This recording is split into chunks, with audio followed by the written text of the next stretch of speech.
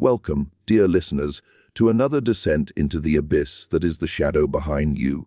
I am your guide through the forgotten corridors of history, where the veil between the living and the damned grows thin as spider silk.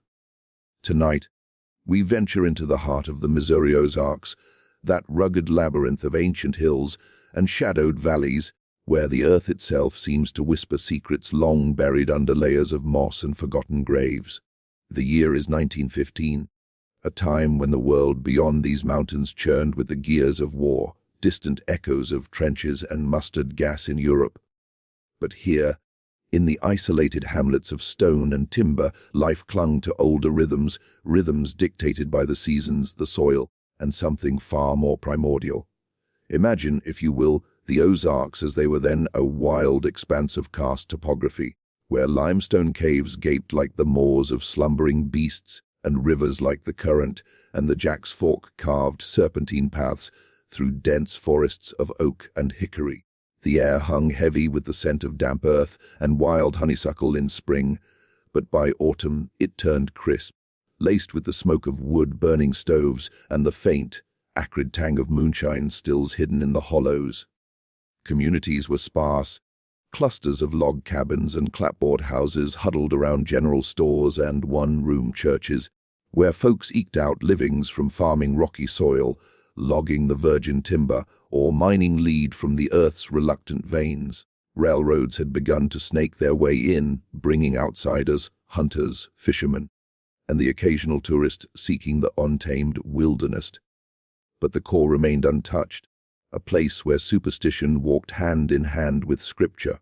It was in this crucible of isolation and folklore that the mystery of Abigail Renshaw unfolded, a tale so chilling that even now, over a century later, the locals speak of it only in hushed tones, glancing over their shoulders as if the very mention might summon her shadow from the mist. Abigail was no ordinary girl.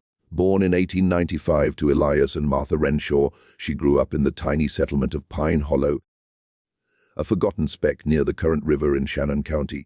Her family traced their roots back to the Scotch, Irish settlers who had braved the frontier in the early 1800s, hardy folk who built their lives on grit and God-fearing piety.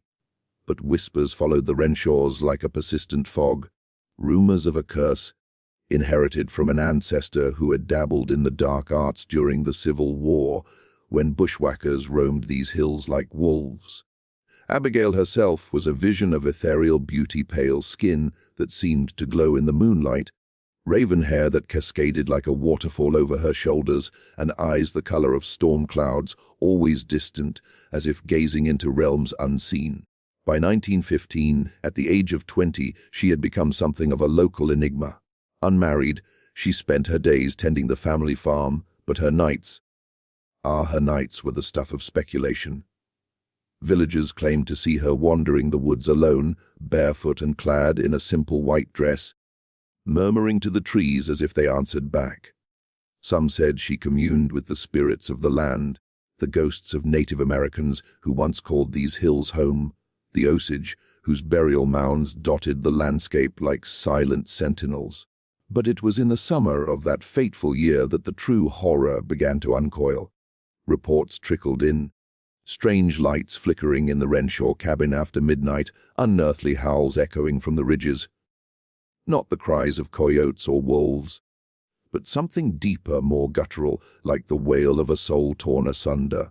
Neighbors spoke of shadows that moved independently of their owners, slithering across cabin walls like living ink. And then, one crisp October morning, Abigail vanished. Her bed was found empty, the sheets twisted as if in a struggle, and a single, bloody handprint marred the windowpane. Too large to be hers, too distorted to be human. The search that followed gripped the entire county. Men with lanterns and hounds combed the forests, calling her name into the void. What they found, listeners, what they found was unthinkable. Not a body, not a trace of struggle, but something that defied the laws of God and nature. In a hidden cave deep in the hills, they discovered a chamber etched with ancient symbols, and at its center, a figure that sent hardened men fleeing in terror. But I get ahead of myself. Let us ease into this darkness slowly. For the shadows here are patient, and they hunger for your undivided attention. As we delve deeper, feel the chill seep into your bones. The Ozarks have always been a place where the rational world frays at the edges. In 1915, with the Great War raging overseas, America teetered on the brink of involvement, but in these mountains older wars persisted. Battles between light and dark, sanity and madness. Folklore abounded tales of the Ozark Hala, a beast with shaggy fur, glowing eyes and horns like a demon, whose cry foretold death. Or the spook lights, ethereal orbs that danced along the ridges, luring the unwary to their doom. Abigail's story weaves through these threads, a tapestry of terror that questions the very fabric of reality. Why does this tale endure? Because it taps into our primal fears, the fear of the unknown lurking just beyond the firelight, the fear that our bloodlines carry unseen burdens, curses that awaken without warning. As we proceed, imagine yourself there, in Pine Hollow, the wind whispering through the pines, carrying the faint scent of decay. The moon hangs low, casting elongated shadows that seem to reach for you, and somewhere in the distance a howl rises, not animal, not human, but something in between. Hold tight, listeners. The shadow behind you grows longer. Let us now step back into the mists of time to the spring of 1915, when the Ozarks awoke from winter's grip. The hills bloomed with dogwood and redbud, their petals drifting like spectral confetti on the breeze. Pine Hollow was a modest enclave, home to perhaps 50 souls, all bound by blood or marriage. The Renshaw farm sat on the outskirts, a weathered log cabin perched on a rise overlooking the river, its chimney puffing lazy smoke into the sky. Elias Renshaw, a stern man with a beard like tangled briars, worked the land with calloused hands, growing corn and potatoes in soil that yielded grudgingly. His wife, Martha, was a quiet woman, her face etched with lines of quiet suffering, as if she carried the weight of unspoken sins. Abigail, their only child, was the light and shadow of their world. From a young age, she exhibited peculiarities that set her apart. As a toddler, she would stare into empty corners, babbling in a language no one recognized. Guttural syllables that chilled the blood. "She's touched by the fairies," the old-timers would say, crossing themselves. But as she grew, her oddities deepened. She possessed an uncanny knack for finding lost things, a neighbor's missing cow, a child's misplaced doll, even veins of water during droughts. "The girl has the sight," whispered the midwives, recalling tales of second sight passed down from Celtic ancestors. In the months leading to her disappearance, Abigail's behavior grew increasingly erratic. It started subtly. One evening in May, as the sun dipped below the ridges, casting the valley in a bloody hue, Abigail sat on the porch, rocking slowly in her chair. Her father approached, his boots crunching on gravel. "Girl, supper's ready," he grunted. But she didn't respond. Instead, her eyes fixed on the forest edge, where the trees swayed in a windless air. "They're coming," she murmured, her voice a hollow echo. Elias followed her gaze but saw nothing, only the deepening twilight.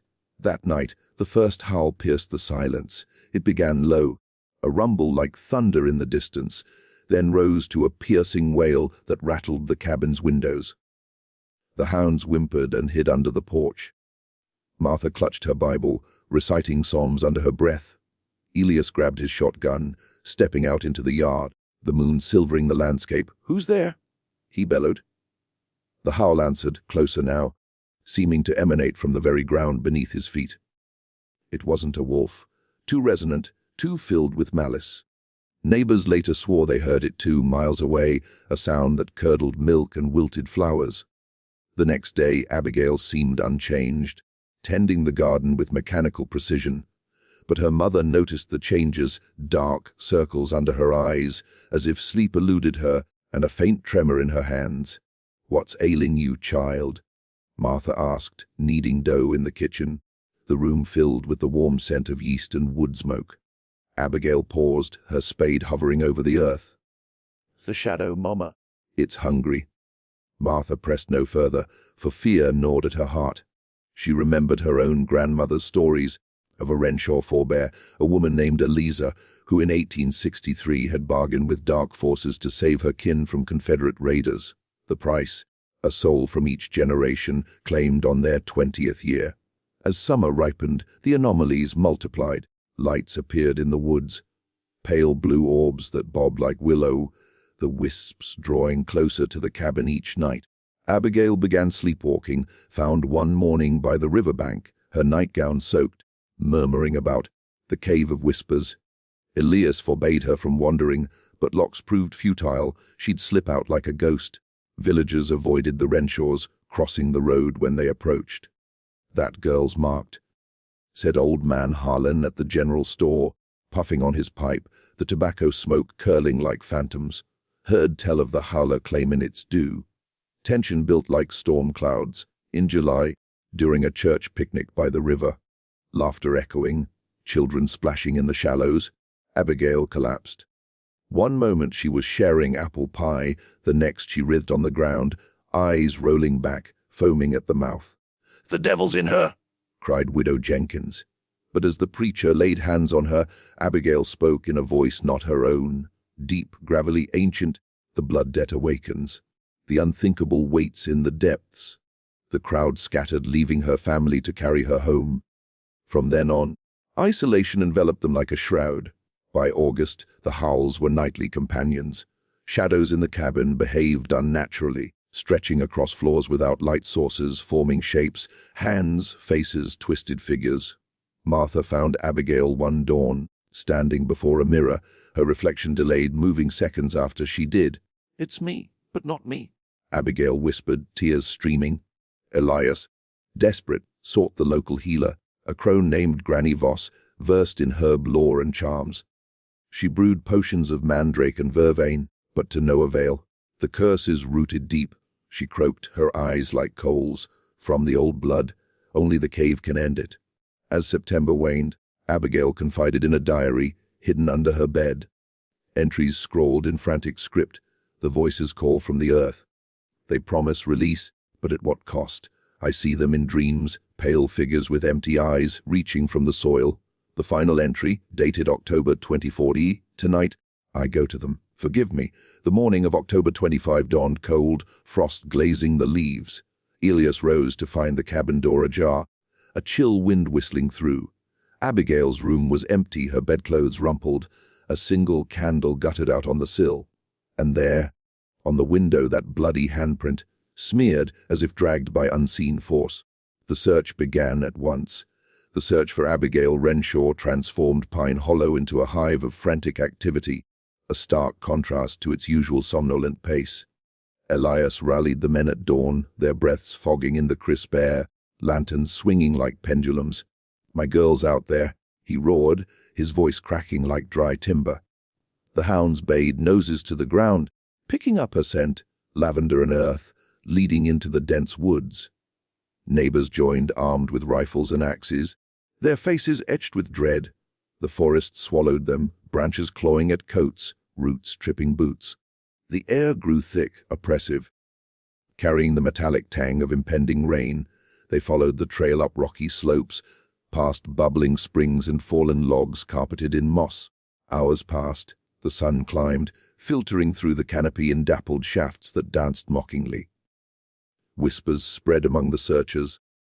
"Heard the howler last night, closer than ever. Saw lights in the hills." Fear gnawed at their resolve, but Elias pressed on, his eyes wild, calling "Abigail!" into the void. By noon they reached a ridge overlooking a hidden valley, one seldom ventured, a place locals called Devil's Hollow, shunned for its eerie silence and unexplained disappearances. The hounds whimpered, refusing to descend. "Something's wrong," muttered young Tom Harlan, clutching his cross. But down they went, sliding on loose shale, the valley floor a tangle of ferns and vines. The scent led to a sheer cliff face, overgrown with ivy. There, concealed behind the foliage, gaped a cave mouth, black as pitch, exhaling a fetid breath of decay and minerals. "She's in there," Elias declared, lighting a torch. The flame sputtered, casting flickering shadows that seemed to wreathe alive. Inside, the cave narrowed, walls slick with moisture, dripping like tears. Echoes amplified their footsteps, turning them into a marching army of ghosts. Stalactites hung like fangs, and the air grew colder, biting through wool. Deeper they delved, the torchlight revealing petroglyphs, ancient carvings of spirals, horned figures, and elongated shadows. "Osage marks," whispered Granny Voss, who had insisted on joining. "Warnings. This is a place of the old ones." A low growl reverberated, halting them. Not a howl, but a rumble from the earth's belly. The hounds bolted back. Then a scream, Abigail's voice distorted, echoing from ahead. They rushed forward, bursting into a vast chamber. Torchlight illuminated the horror. At the center, on a natural altar of stone, lay Abigail, or what remained of her. Her body was intact, dressed in her white nightgown, but her skin, oh, listeners, her skin was translucent, veins pulsing with an otherworldly glow. Her eyes were open, staring blankly, but alive with tiny shadows dancing within. But that wasn't the unthinkable part. Around her, the walls were alive, not with carvings, but with shadows that moved independently, detaching from the rock, slithering toward the intruders like tendrils of night. Elias approached, sobbing, "Abby!" As he touched her, her body convulsed, and from her mouth issued a voice, a chorus of voices, ancient and malice-filled. "The debt is paid, the shadow feeds." The shadows lunged, enveloping the men. Screams filled the chamber as darkness clawed at flesh. Tom Harlan felt icy fingers pierce his skin, draining warmth. Granny Voss chanted wards, but the shadows swarmed. Panic erupted. Men fled, torches dropped, plunging parts into blackness. Elias refused to leave, grappling with the entities. In the chaos, they glimpsed the truth. Abigail wasn't dead, she was the vessel. Her form rose, levitating, shadows pouring from her like smoke. "Join us," she intoned, her voice a symphony of the damned. Only a handful escaped, bursting into daylight, gasping. Elias was among them, but changed. His hair whitened, eyes vacant, the cave sealed behind them, rocks tumbling as if by unseen hands. Back in Pine Hollow, they barricaded doors, but the howls returned, louder, circling the village.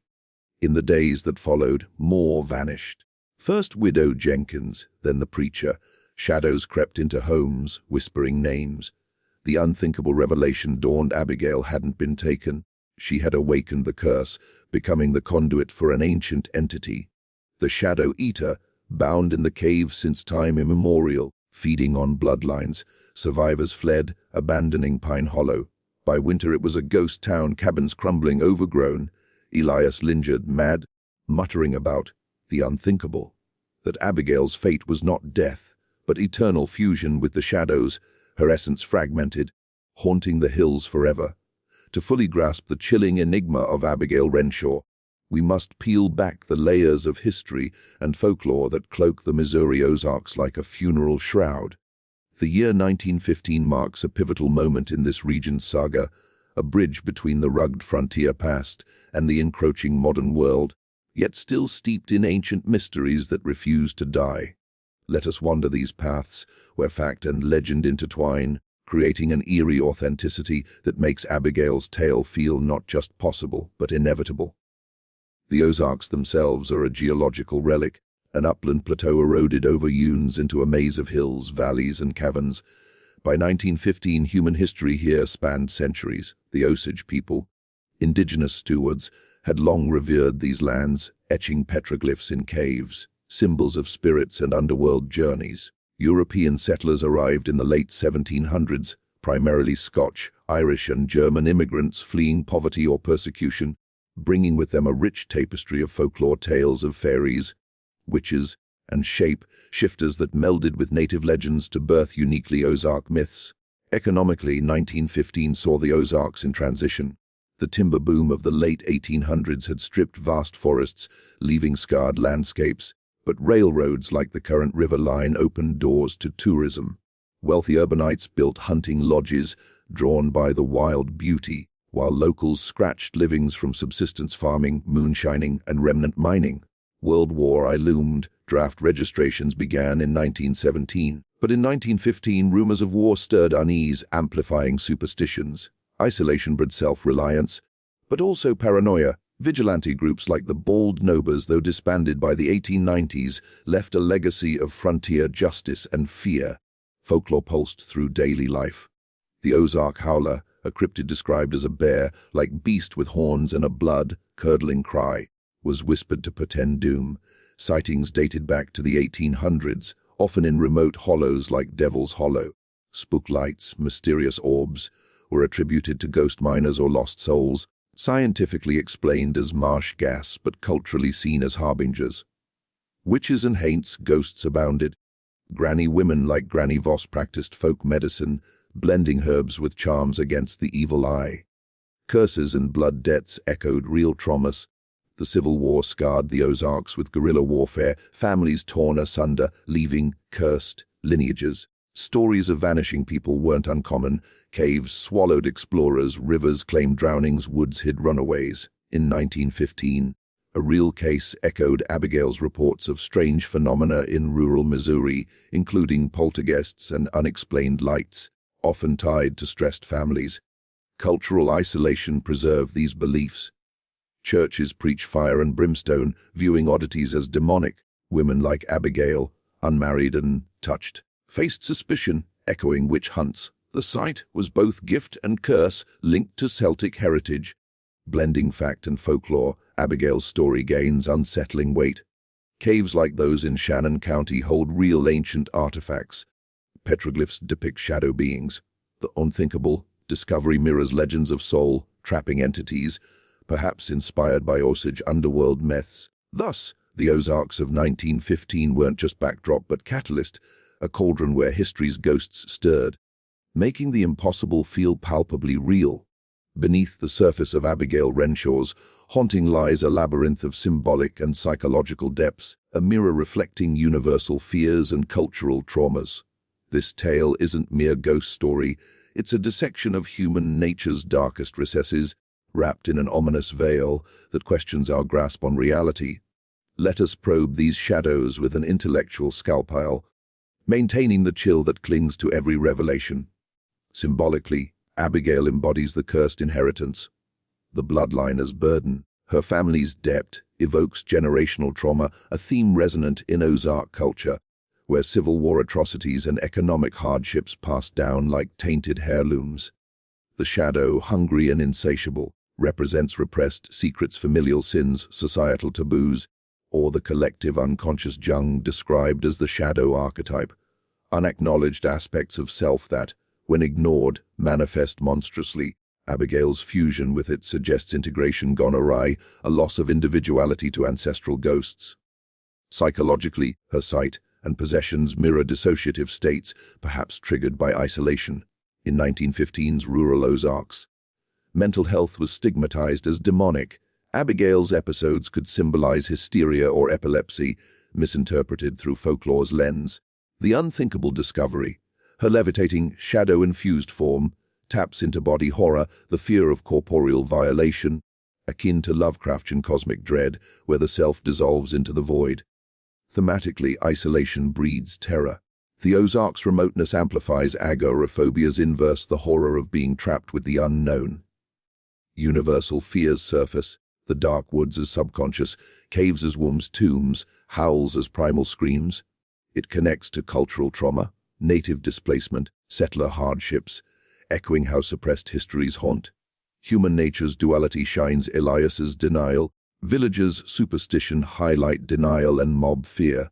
Abigail's surrender questions free will versus fate, a chilling meditation on inevitability. In broader context, it critiques modernity's encroachment. 1915's railroads symbolize intrusion, awakening buried evils. Ominously, it warns, shadows lurk in all bloodlines, waiting to feed. As our journey through the haunting mystery of Abigail Renshaw draws to a close, the chill lingers, doesn't it? Like a fog that refuses to lift, her story clings to the soul, a reminder that some shadows never fully recede. We began in the misty Ozarks of 1915, unraveling a tale of curses, vanishings, and the unthinkable. A young woman transformed into the very essence of darkness, her essence scattered across the hills like whispers on the wind. What became of Pine Hollow? By 1916, it was erased, cabins reclaimed by vines, the cave sealed but not forgotten. Elias Renshaw wandered until his death in 1920, raving about shadows that followed him. Survivors scattered, carrying fragments of the horror, seeding legends that persist today. Modern hikers report howls, fleeting shadows, even apparitions of a woman in white, her eyes voids of night. Yet the true terror lies in the questions left unanswered. Was Abigail victim or harbinger? Does the shadow eater still hunger, seeking new bloodlines in our modern world? In an age of lights and screens, we forget the darkness at our backs, but stories like this remind us. It's there, patient, waiting. Dear listeners, as you turn off the light tonight, listen closely. Is that the wind or something more? The shadow behind you stirs. Until next time, sleep if you can.